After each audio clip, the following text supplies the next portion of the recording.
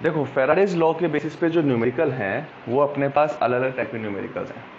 एक न्यूमेरिकल मैंने आप लोगों को बताया था कि जो नीट एग्जाम में आया था कैल्शियम क्लोराइड वाला, वो तो मैंने तुमको करवा दिया था। एक और क्वेश्चन है जो बहुत इंपॉर्टेंट क्वेश्चन है, अपनी बुक में पीछे के साइड दे रखे न्यूमेरिकल क्वेश्चंस, उसमें ये क्वेश्चन दिया हुआ है। ये क्वेश्चन बोर्ड एग्जाम में कम से कम 3-4 बार आ चुका है। क्वेश्चन अपने पास है कॉपर सल्फेट के विद्युत अपघट्य विलयन में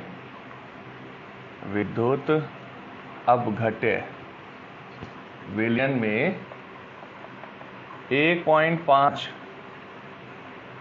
एम्पियर धारा 10 मिनट तक प्रवाहित की गई।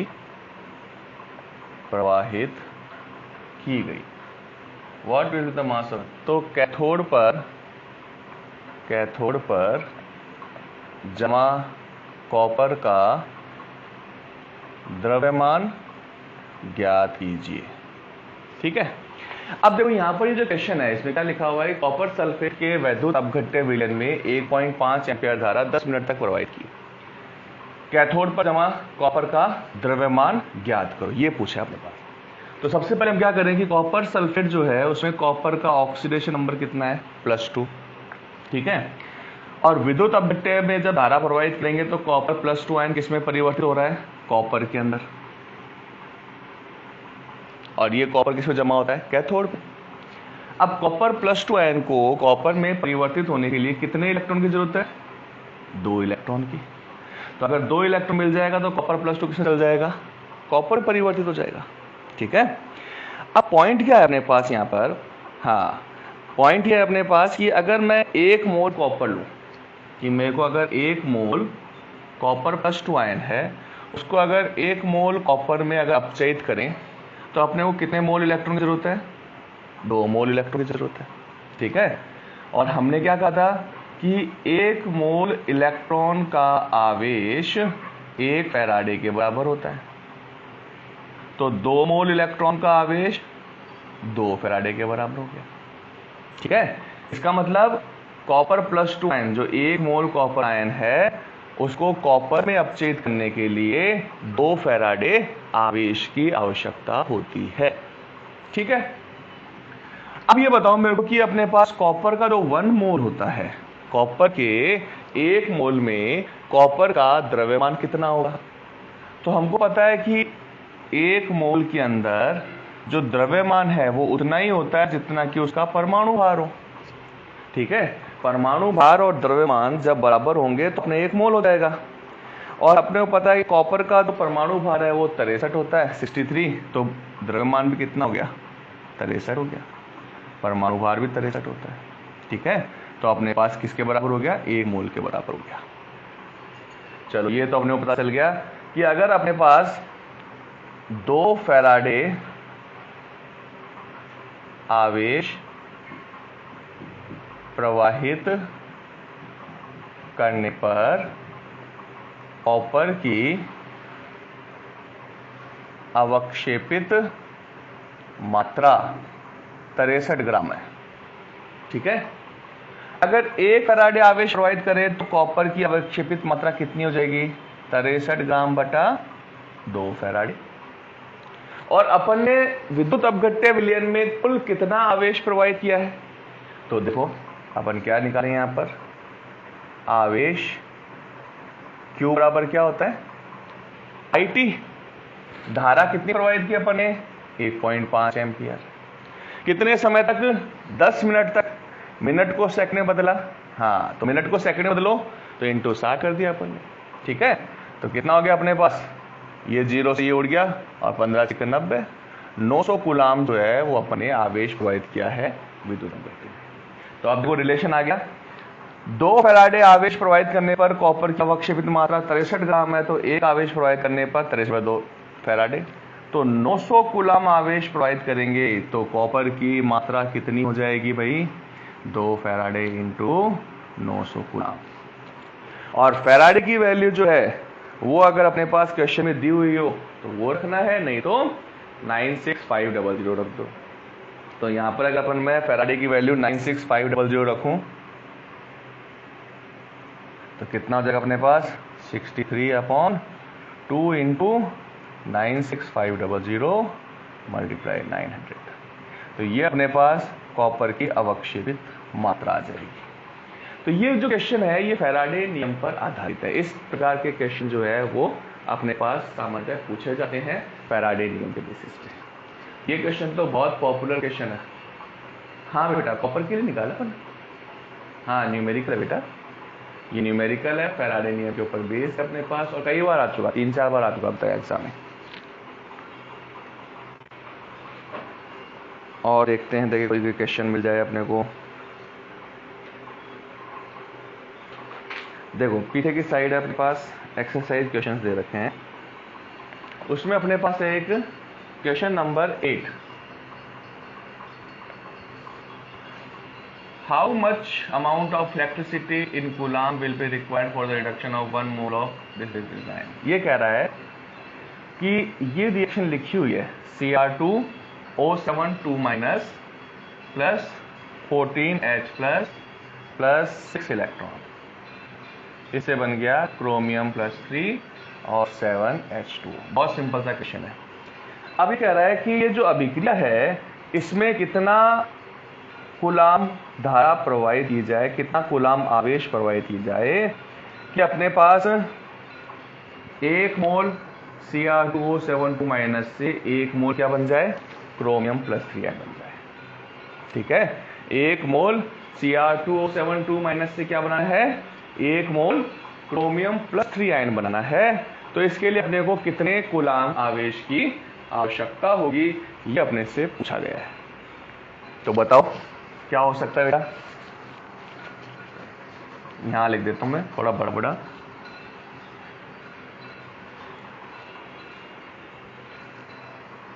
Cr2O7 2- plus 14H plus 6 electron, इससे बना क्रोमियम +3 और 7H2। ये रिएक्शन है, और इस रिएक्शन के अंदर 1 मोल डाइक्रोमेट को क्रोमियम +3 आयन में बदलने के लिए कितने आवेश की आवश्यकता होगी। तो क्या करना है अपने को, सबसे पहले इस क्रोमियम का ऑक्सीकरणक निकालो। क्रोमियम का ऑक्सीकरणक कितना है भाई, मेरे हिसाब से +6 आ जाएगा। फिर भी बता देता हूँ, क्रोमियम को अपन ने क्या मान लिया, X मान लिया। कितने क्रोमियम है, 2 क्रोमियम है, तो 2X प्लस कितने ऑक्सीजन है, 7। ऑक्सीजन पे आवेश कितना होता है, -2, और पूरे आयन के ऊपर जो चार्ज होता है वो इक्वल के राइट साइड में आता है। तो कितना हो गया, 2X - 14 = -2। 2X = इस तरफ जाएगा तो प्लस, आइए बताते हैं। ये हो गया 12X = 12 / 2 = +6।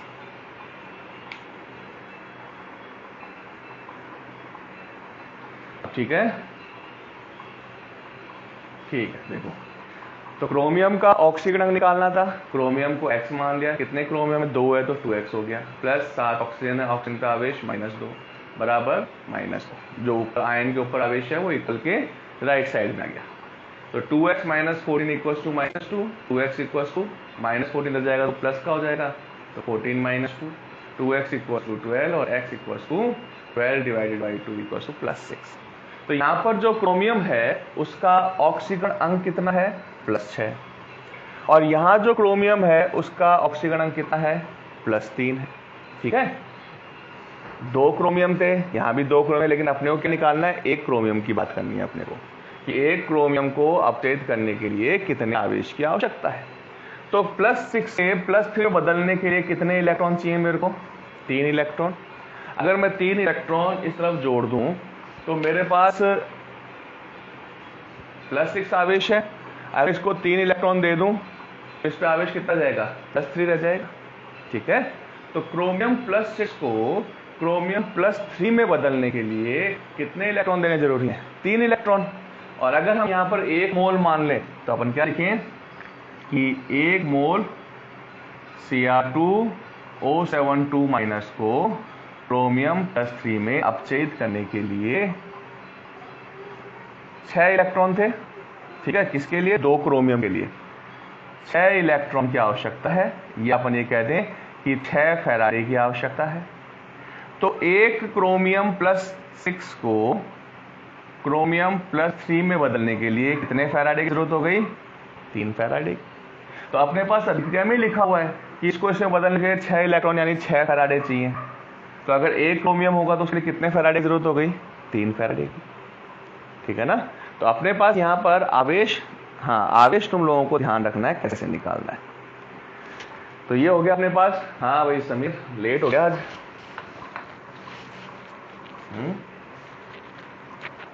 चलो कोई बात नहीं। अब देखो, अब हम अपना नया टॉपिक स्टार्ट करते हैं। नया टॉपिक है अपने पास अपना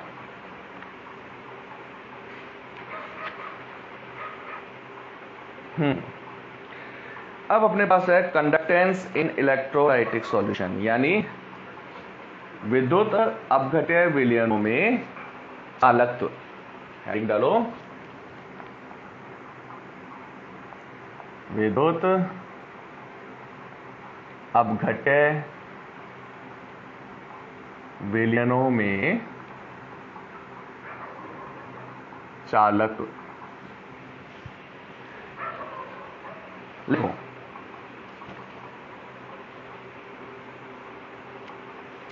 धात्विक चालकों के समान, धात्विक चालकों के समान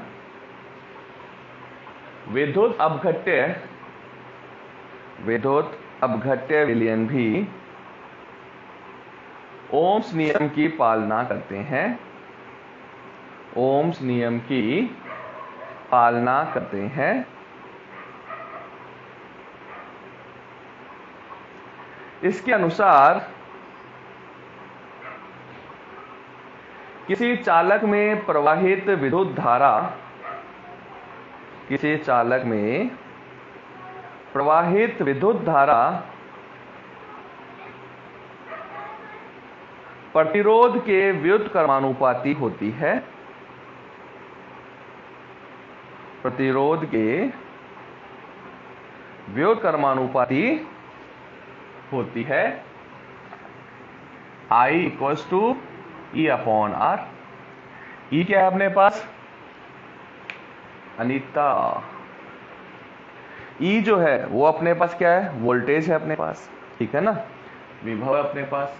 तो I reverse proportional to R, और प्रोपोर्शनल साइन को हटा देंगे तो क्या आ जाएगा अपने पास? E आ जाएगा या V आ जाएगा, जिसको अपन विभव बोलते हैं। विद्युत धारा जो होती है वो प्रतिरोध के व्युत्क्रमानुपाती होता है। आगे लिखो,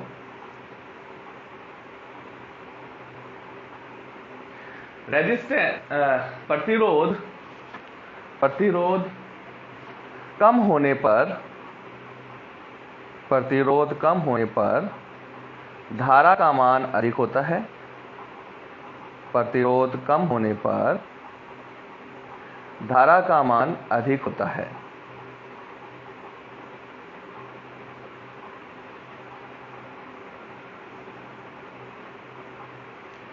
अतः चालकत्व प्रतिरोध का व्युत्क्रम होता है। चालकत्व प्रतिरोध का व्युत्क्रम होता है। ये अपने पास क्या आ गया? चालकत्व आ गया। और ये क्या है अपने पास? प्रतिरोध। तो प्रतिरोध जो होती है वो धारा के व्युत्क्रमानुपाती होती है। जितना अपने पास प्रतिरोध का मान कम होगा, चालकत्व का मान उतना ही अधिक होगा। तो देखो, प्रतिरोध जो होता है उसका मात्रक क्या है अपने पास? ओम है अपने पास। ठीक है, प्रतिरोध का मात्रक क्या होता है? ओम होता है। तो चालकत्व का मापक जो मात्रक है वो क्या होगा? इसका बिल्कुल अपोजिट हो जाएगा। अपोजिट लिखो तो क्या लिखूं पहले? एम, फिर एच, फिर ओ, महो। ठीक है, महो जो होता है वो अपने पास चालकत्व का मात्रक होता है। या हम इसको क्या लिख सकते हैं? ओम इनवर्स भी लिख सकते हैं। ठीक है, या इसको हम लिख सकते हैं सीमेंस, जो एसआई मात्रक होता है, क्योंकि अपने पास एसआई मात्रक ही लिखा हुआ आएगा, तो उसमें लिख सकते हैं इसको अपन सीमेंस। ये अपने पास चालकत्व का मात्रक हो गया। प्रतिरोध का मात्रक को पता, ये ओम होता है अपने पास। ठीक है, फिर लिखो आगे। सीमेंस, सीमेंस, सीमेंस से सफेरा वाला, और फिर ई की मात्रा, फिर मैं से मछली, ए की मात्रा, आधा नल और फिर सपेरा, सीमेंस।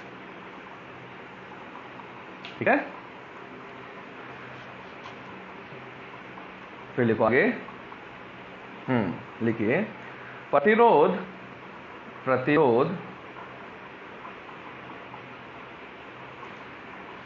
लंबाई के समानुपाती, किसकी लंबाई? चालक की लंबाई। ठीक है ना, प्रतिरोध किसी चालक या किसी धातु या किसी विद्युत अपघट्य विलयन, कुछ भी हो सकता है ना। तो प्रतिरोध के समानुपाती वह अनुप्रस्थ काट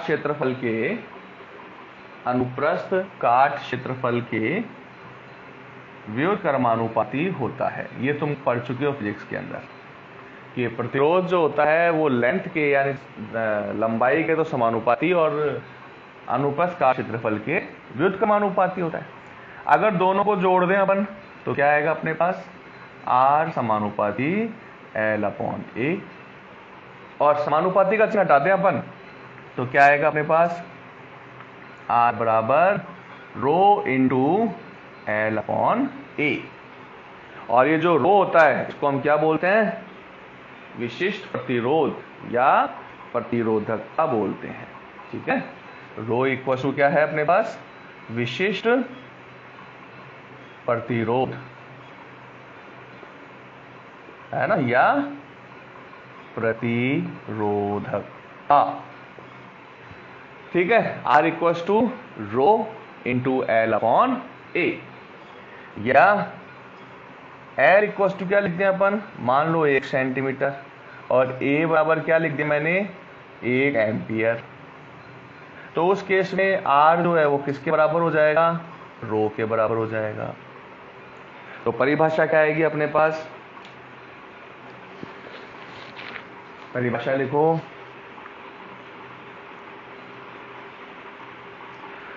विशिष्ट प्रतिरोध,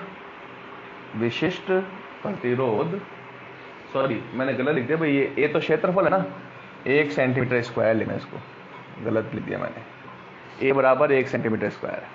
लिखो विशिष्ट प्रतिरोध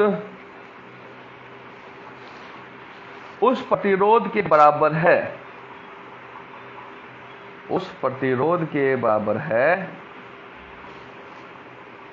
जब धारा को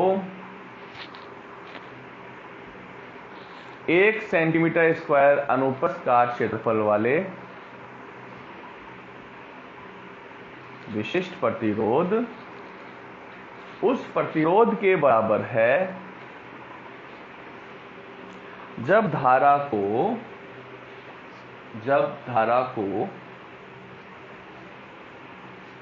1 सेंटीमीटर स्क्वायर अनुप्रस्थ काट क्षेत्रफल के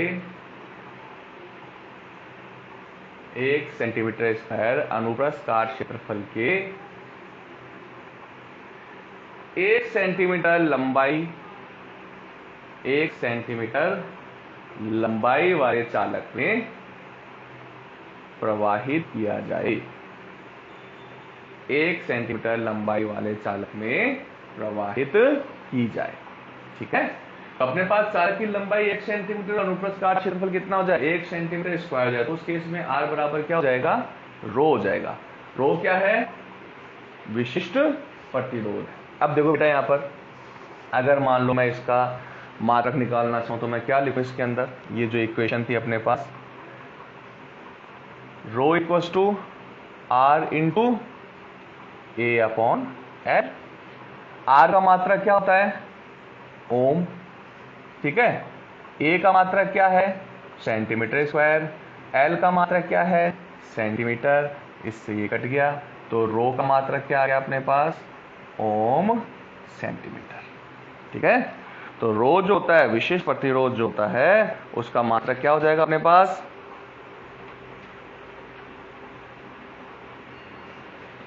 ओम सेंटीमीटर। फिर आगे लिखो, विशिष्ट प्रतिरोध का व्युत्क्रम, विशिष्ट प्रतिरोध का व्युत्क्रम विशिष्ट चालकता, विशिष्ट प्रतिरोध का व्युत्क्रम विशिष्ट चालकता अथवा विशिष्ट चालक अथवा चालकता कहलाता है। चालकता अथवा विशिष्ट चालकत्व। ठीक है, इसे किससे प्रदर्शित करते हैं अपन? कप्पा से प्रदर्शित करते हैं। के जो है तो क्या लिखते हैं अपन? कप्पा।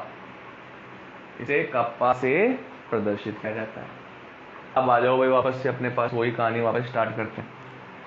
के इक्वल्स टू 1 अपॉन रो, और रो की वैल्यू क्या है? R into A upon L. तो 1 अपॉन आर, ठीक है, क्योंकि रो की वैल्यू यहां रखनी नीचे है तो आर नीचे आ गया, इंटू ए अपॉन एल, तो एल तो कहां चला गया? ऊपर, और ए कहां आ गया? नीचे। तो ये अपने पास इसका संबंध आ गया। या ये भी लिख सकते हैं, प्रतिरोध का व्युत्क्रम क्या होता है? चालकत्व। तो चालकत्व इंटू एल अपॉन ए भी लिखा जा सकता है। यहां जो एल अपॉन ए है उसे क्या कहते हैं अपन? सेल स्थिरांक कहते हैं। मात्रक की बात करें इसकी अपन, तो तुमको पता है सी जो है चालकत्व है उसके लिए अपन क्या काम में लेते हैं? सीमेंस। ठीक है, सी के लिए जो मात्रक है वो अपन क्या काम में लेते हैं? सीमेंस। और बाकी आगे तुमको पता ही है क्या है अपने पास।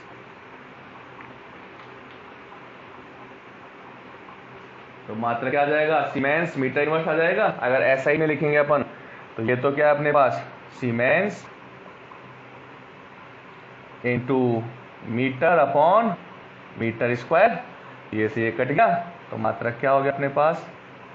Siemens metre inverse. ये तो है एसआई के अंदर मात्रक। ठीक है, अगर तुम ओम इनवर्स में लिखना चाहो तो ओम इनवर्स में लिख सकते हैं। ओम इनवर्स सेंटीमीटर इनवर्स भी लिख सकते हैं इसको।